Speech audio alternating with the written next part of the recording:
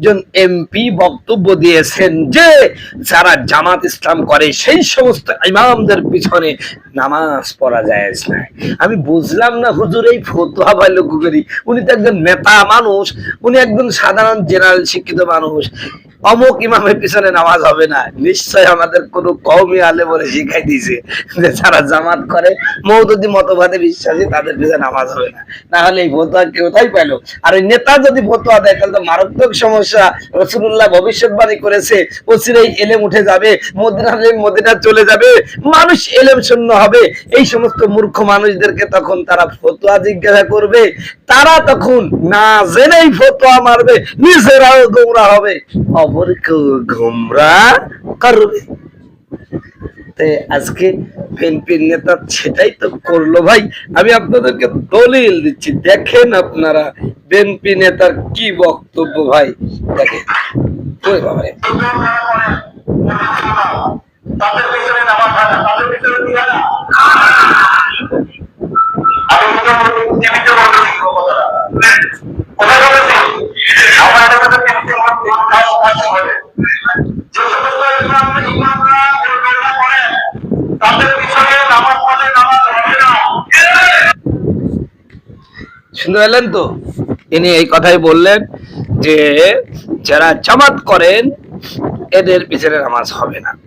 প্রিয় ভাইরা, যদি মওদুদের দিকে লক্ষ্য করে তিনি এ কথা বলে থাকেন তাহলে কথাটা কিছুটা সত্য। কারণ আমাদেরও ওলামায়ে কেরাম বলেন যারা মওদুদি মতবাদে বিশ্বাসী তাদের পিছনে নামাজ পড়াটা ঠিক না।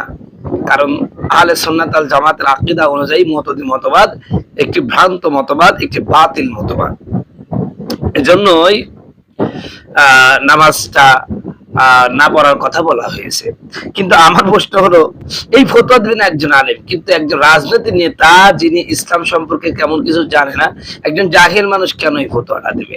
এটাই আমার কাছে খুব কষ্ট লাগলো। একজন আলেম মানুষ সে বলতে পারে, কিন্তু জাহেল মানুষগুলোকে দেওয়াটা এটা আমার কাছে ভালো লাগলো না। সম্মানিত বন্ধুগণ, আমার ভাইয়ের আমার, তাই বলে যে হুজুররা দল করলেই নামাজ পড়া যাবে না এমন না। কারণ ইসলামী দল করা, ইসলামকে কায়েম করা, এটা কিন্তু আল্লাহ পাকের অবশ্যই পালনীয় কর্তব্য। আল্লাহ পাক বলছেন আন আকিমুদ্দিন, তোমরা দিনকে কায়েম করো, দিন কায়েম করো। দিন কায়েমের কথা অসংখ্যবার বলেছেন আল্লাহ পাক। অন্য সূরায় আল্লাহ পাক বলছেন আল্লাযিনা মাক্কান্নাহু ফিল আরদ আকামুস সালাহ ওয়া আতাউজ যাকাত ওয়া আমারু বিল মারুফ ওয়া নাহাউ আনিল মুনকার। আল্লাহ বলেন আমি যদি এদেরকে রাষ্ট্র ক্ষমতা দিই তাহলে এরা নামাজ কায়েম করবে, যাকাত আদায় করবে, সৎ কাজ আদেশ করবে, অসৎ কাজে নিষেধ করবে। তাহলে এই দুই আয়াত দ্বারা অন্য একটা আয়াত আল্লাহ পাক বলেন হুয়াল্লাযী আরসালা রাসূলাহু বিল হুদা ওয়া দীনিল হক লিইয়ুযহিরাহু আলাদ-দীন ওয়ালাউ কারিহাল মুশরিকুন। আল্লাহ বলেন আমি দ্বীনি হক সত্যের বিধান আল কোরআন দিয়ে আমি আপনাকে পাঠিয়েছি, আপনার কাজ হলো সমস্ত দিনের উপরে ইসলামী দ্বীনকে বিজয় করা। এগুলো করতে হলে অবশ্যই আপনাকে রাষ্ট্র ক্ষমতা আসতে হবে। রাষ্ট্র ক্ষমতা ছাড়া তো আপনি অন্যান্য দিনের উপরে আপনার দিনকে বিজয়ী করতে পারবেন না। সম্মানিত বন্ধুগণ, আমার ভাইয়েরা আমার, এজন্য ইসলামী রাজনীতি যদি আবার কেউ হারাম বলে, ইসলামী রাজনীতি নাই, কোনো হুজুর রাজনীতির সাথে সম্পৃক্ত হতে পারবে না।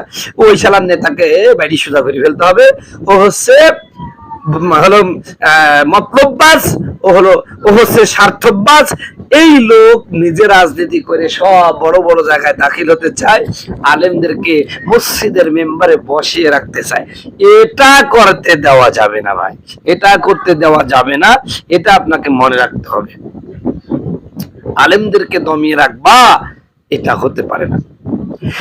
সম্মানিত বন্ধুগণ, আমার ভাইরা আমার, আজকে বাংলাদেশের প্রধানমন্ত্রী থেকে শুরু করে চকিদার পর্যন্ত, মেম্বার পর্যন্ত সবাই যদি আলেম হতো, সবাই যদি কোরআন আলাক হতো, সবাই যদি আল্লাহর নবীর আশিক হতো, আল্লাহর কোরআনের ধারক বাহক হতো, এই সমাজে দুর্নীতি চলতো না, দুর্নীতি হতো না, চাঁদাবাজি হতো না, খুন খারাপি হতো না, বরং সমাজটা সুন্দর হয়ে যেত। সমাজটা হতো সোনার সমাজ, সমাজটা হলো মদিনার সমাজ তৈরি হয়ে যেত।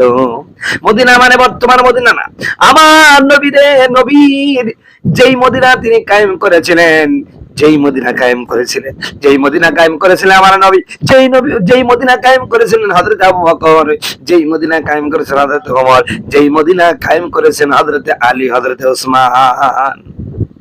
এই মদিনা রাষ্ট্রের মতন রাষ্ট্র যদি আমরা গঠন করতে পারতাম, সমাজের দুর্নীতি দূর হলে আজ সিঙ্গাপুর, কথায় কথা বলে সিঙ্গাপুর এরকম ধনী রাষ্ট্র।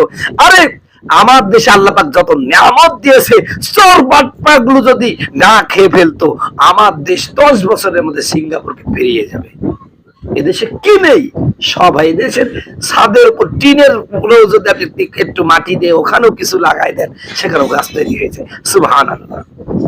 আল্লাহ পাক এই জমিনটাকে সবচেয়ে উর্বর করে পাঠিয়েছে, শুধু চোর চুট্টাদের কারণে এই জমিনটা ভালো হচ্ছে না। অতএব একজন আলেম যেমন মসজিদের ইমামতি করবে, ঠিক তদ্রুপ ভাবে একজন আলেম তিনি রাষ্ট্রপ্রধান হবেন, সমাজের মেম্বার হবেন, ইউনিয়নের চেয়ারম্যান হবেন, থানার এমপি হবেন, উপজেলা পরিষদের চেয়ারম্যান হবেন, তিনি মন্ত্রী হবেন। একজন ইমাম মসজিদে ইমামতি করবেন, আবার মন্ত্রী হবেন। অতএব যারা বলেন ইমাম কোন দল করতে পারবেন না, এরা স্বার্থবাজ। ওরা নিজেরাই শুধুমাত্র বড় বড় জায়গা যাইতে চায়, এদেশের আলেম সমাজকে দমিয়ে রাখতে চায়।